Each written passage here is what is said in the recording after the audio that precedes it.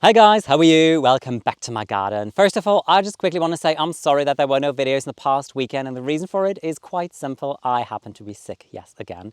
Maybe a little aftermath from COVID, who knows, but I'm feeling good again. And it's a nice day to do some gardening. It's a little sun occasionally, but it's kind of warm-ish in a way. So perfect to get out here and do something. And I'm really excited about today's video in particular, because today I want to start an entirely new area of the garden together with you, which to be fair is officially already part of the garden. I kind of toured you around a little bit occasionally here because this is the area that I call no man's land. It is in between the farmland and our property, so the end of the dike, and it runs along the entire dike. So all the neighbors have this area of no man's land. It's completely overgrown. So our neighbors in the back, I'm not sure if you can see, they have like 2-3 big trees standing there. We don't have the trees here. We just have a lot of like blackberries, and they're just growing everywhere. So they're out of control, and some elders, which are nice. So I left those. And before I got sick, I started working here a little bit. So I prepared this area. So what I want to do in today's video is I want to tour you around a little bit here first and just show you what I did and just talk you through about my intentions and how I want to utilize this area, because I think it will be a really nice way on how to end the garden, literally.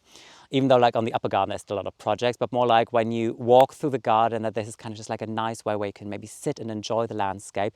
And then I want to do a little bit of planting, obviously, as well, because I couldn't resist but to go shopping, because in the online shops there are some great discounts at the moment. So maybe a little hint of advice for you as well. Maybe just quickly browse and see if you can still get some good, nice discounts now and get them in the ground as fast as possible.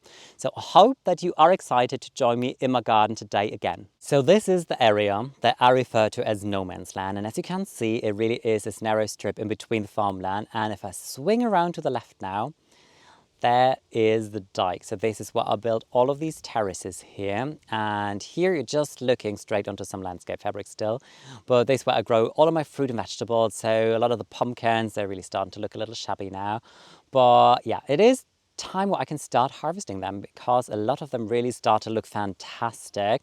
I can just show you one good example here. Look at that blue doll. Very happy with this variety. They look incredibly. Just the color is really beautiful. They're kind of almost like the Cinderella type of pumpkins. And just looking at the tiny stem here, I'm like, yes, they are definitely ready. Starting to harvest them. Maybe I'll do a little separate video just about things that I have in the veg garden, what I'm harvesting. Today, I really want to focus on this brand new area here. So you see, well, it kind of looks kind of nice and prepared, but to be fair, everything looked pretty much like this before here. So it was a jungle. Believe me, it really was a jungle. A lot of stingy nettles growing in here. And then the biggest fun of it all is it is a perennial grass. And that one sends runners, which is, I don't know the variety, but it's kind of like the enemy, because every single piece of root that is left in the ground is going to produce a new plant. So when I was working my way through here, I tried to do a very good, thorough job and try to get at as many of these roots as possible to make sure that the area is prepared, even though I know that some of them are going to spring up, and then I'm going to come in and try to pull them immediately to make sure that this is not going to turn into a problem. There are a couple of elders, I told you, but I think I'm going to leave them, because first of all, they flower, they have fruits, they're good for wildlife, they are a cute structure, and you can always just chop them back hard. You know, they will always come back. They're not one of these like fuzzy plants when you're like, oh, how to cut it is going to be difficult.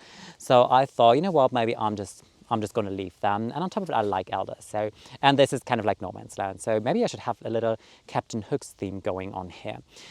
How this entire area started, to be fair, was kind of with this little project. So I had some spare plants in the upper garden. I had some panstemon. This is a variety called Dark Towers.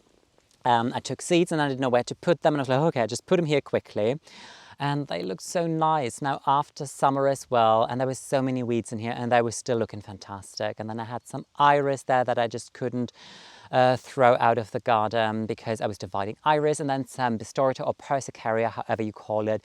So all these plants, they looked really nice. And even though there were a lot of weeds, it was completely overgrown. So when I came in and discovered that all of these are looking nice, I was like, you know what, this is a sign. This area is crying out to be transformed into like a nice, cute area of the garden, something brand new. And on top of it, I have these hydrangeas here. that never wanted to grow in the upper garden. I transplanted them twice. They always looked terrible at this time of the year, almost as dead as a doornail, and they just came back the year after. And this year is the first year where they kind of look nice actually, and I'm like, oh god. And I think the reason for it is quite simple, because we are a little bit in a trench here, so in between the farmland and the dike, so a lot of the water will just wash down here. So even though the soil is kind of like very well drained, it's very sandy, it's very grey, as you can see as well, it's kind of powdery occasionally, so it's never that soil that is going to hold the moisture incredibly well, but clearly hydrangeas thrive here. So what I did as well is I already planted 3 more of those hydrangeas that I put in the upper garden, not in the upper garden, like down by the slope in a previous video together with you.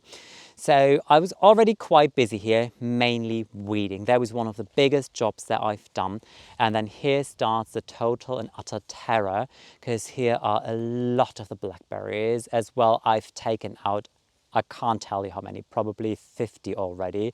Because the nasty thing about blackberries is that every single of these branches is kind of just bow over, and once they touch the ground again, they produce a new plant. Maybe I even have an example here, is it? That's spiky. Okay, so can you see this little thing here, when it is touching the ground again, where is it? There. Then this is going to root in. So this is no good news. I'm going to put it aside again. So I will definitely start removing all of the blackberries here as well, bit by bit now during the winter time or autumn still, because it was just too much. A lot of them really from here, they started to arch over onto the slope when I came back after 2 weeks, and I thought, no, this is just not really the situation that I'm aiming for. So this needs to change, and on top of it, it is a great project that I can really start developing completely new together with you, which is always fun, obviously. In the back you see all my stuff, by the way. In the back I also want to extend the veg garden a little bit, so another cute project is on its way. I want to put a bench here so I could really enjoy the vista into the farmland, because the farmland is fully west facing. So in my back there is south now and there is west, so the entire area is quite sun filled. And the nice thing is that I can just try out a lot of plants that I don't have in the upper garden, colors that I don't have in the upper garden, and just maybe go a little bonkers here. So I think that this will be a really nice, fun new area of the garden. So what I did here is I left a strip in between the farmland and up until where I want to plant, so that the neighbor can still navigate his tractor well. So I looked quite closely last time when he was driving here, how much space he needs. So it's a little more than 50 centimeters, almost a meter, I would say, maybe 70 centimeters. So there's more to what he normally needs, because I thought, okay, then this is going to be nice and workable. And what I did then is I put this little barrier in. So this is like a root barrier, which is really handy also if you have quite invasive perennials in your garden and you just want to stop them from spreading out everywhere. But here, this is the enemy, this is the grass. It looks so harmless and cute, but trust me, it's anything but. So I put the barrier in roughly, depending on where you look, obviously, between 15 to 20 centimeters. It's buried in the ground, so this should be safe.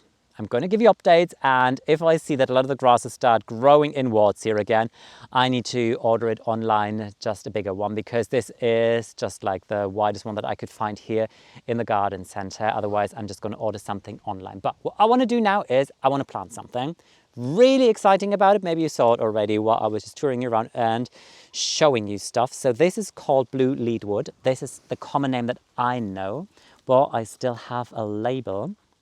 So here you go. This is a Latin name, just in case. If you want to take a screenshot, now is a good momentum to do so if you want to research it. And already in the back, you can see the reason on why I needed to have these.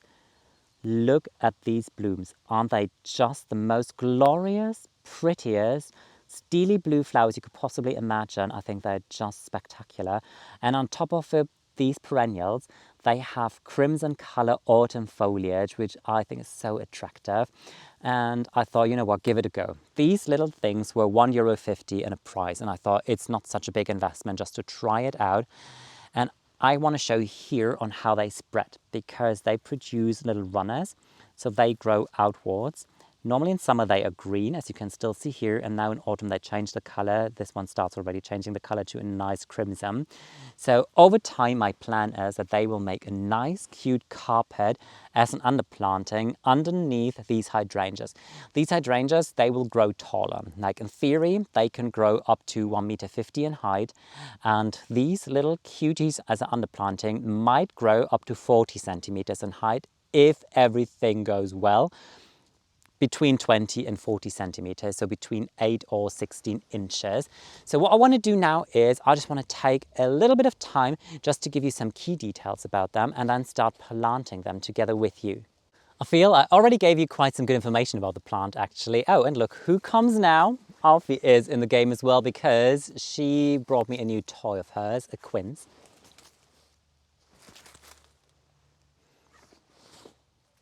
Well, that doesn't work. Come on. Alfie, it's gone. Look for it. Let's see how long that keeps her busy. But yeah, so Alfie's also in no man's land. Already she quite enjoys it here. But still, I want to give you some quick information about these. Originally, they come from areas of central China, and you will find them in heights up to 3,000 meters and even above. So I think that they should be quite hardy here, hopefully. One of the key things, I mean, you see it and why you want to have them into your garden is obvious, because these flowers are so special. I mean, everything that is like sky blue and steely blue is just magnificent. And when perennials even have like an autumnal color on the foliage, I think this is just always such an amazing additional value, because a lot of the perennials, the foliage just kind of just goes brown at one point. The entire plant just like dies back. So all of the energy is stored back into the root system.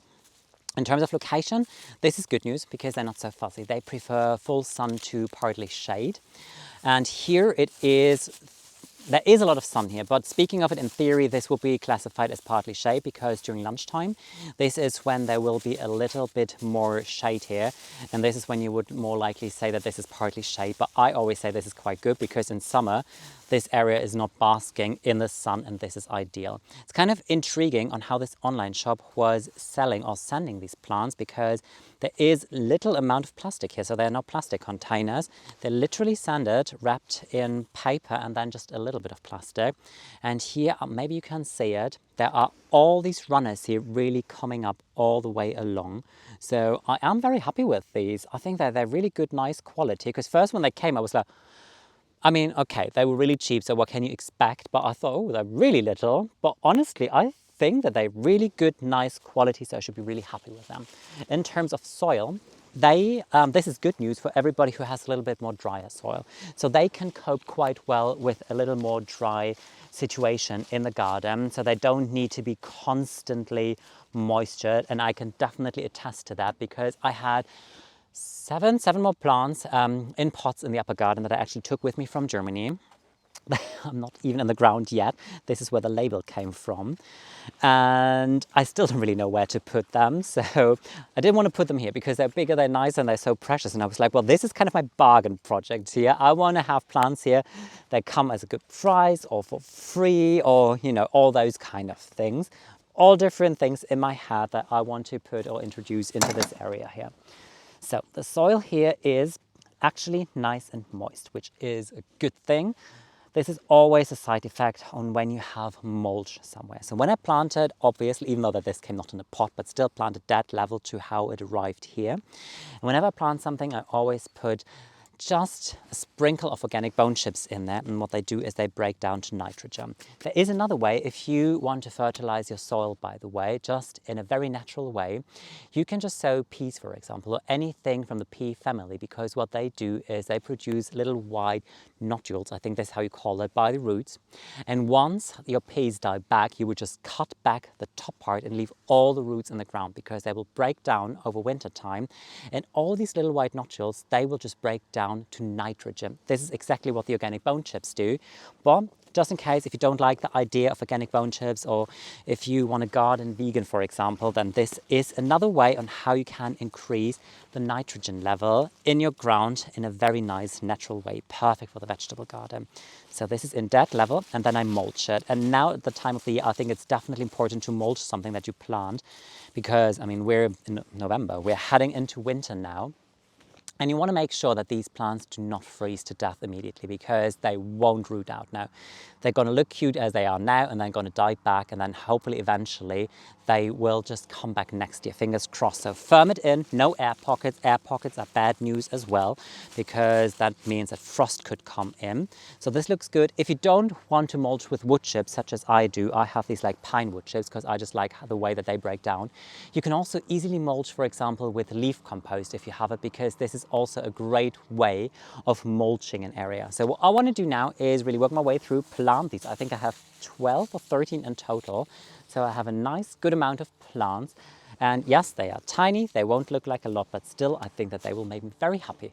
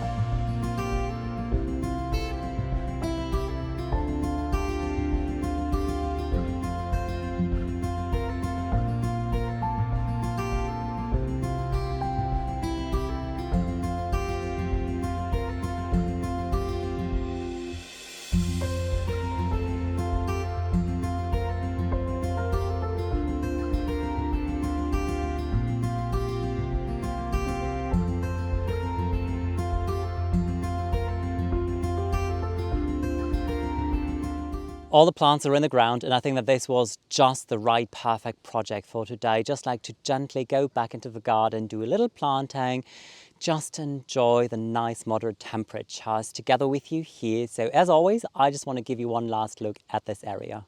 By the way, I was not sure if quinces were good for dogs, so I decided to give Alfie a stick, but now she's kind of just like more intrigued in the mulch. So there's like a lot to munch on here, obviously. But yeah, this is what I did. You can't really see a lot, as most of the time when you plant such tiny little plants, but still just imagine how this might potentially look next year. Alfie, what do you have there? Hello? Well, I'm not sure if you're eating something. Did you find a truffle? So this, when this fills in, and then when this will be a nice carpet of color, of blue, steely blue blooms, and then the red foliage, I think that this will be really beautiful here.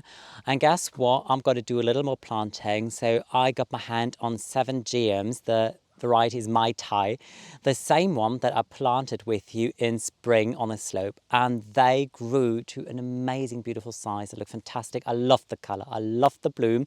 So I'm not going to do a video about this planting here because I just did it 6 months ago. So if I remember, I'm going to give you the link to that video down below here, and if I forget, just look for Baltic Gardening, Geum Mai Tai, and then the video will definitely pop up, because this is how you will find it. And I think the nice thing about it is that it is going to be a nice path here. So this will guide you along here and show you where you can walk. By the way, if you're wondering what these wooden beams are, this is another little basket weave fence section that I plan on doing. So maybe I might do a video about it as well. But yeah, that's it for today's video. Plants are in the ground. I'm very happy about it. And Alfie is very happy with her stick, I suppose. One last thing I need to show you. Look at that. Sweet peas in November. Isn't that just glorious? I mean, perfect. End of October, November. I don't really know what day it is today. Maybe it's still the last day of October. But I think that they are so pretty. I sowed these like maybe in July, I think. and then totally forgot about it. And now they're all just popping up everywhere and producing these flowers. And when the sun comes out, the area here starts to fill up with a scent. So absolutely beautiful. So yes, sweet peas are not just a thing for June or May, they are also a thing for winter. Now that is really it for today's video. I was really eager to start working here in this area together with you and just fill you in and just introduce you bit by bit to my plans and what I want to do here to really create this brand new garden area. And if you keep up on following my channel, then you really see how this is going to change over time, and especially in a year from now, obviously. So all I can say now is thank you so much for watching today's video. I really hope that you enjoyed it. Thank you so much if you subscribe to my channel and if you give me a thumbs up for the video. This is very, very sweet of you, and I'd be very happy to welcome you next time around in my garden. Take care, guys. Bye.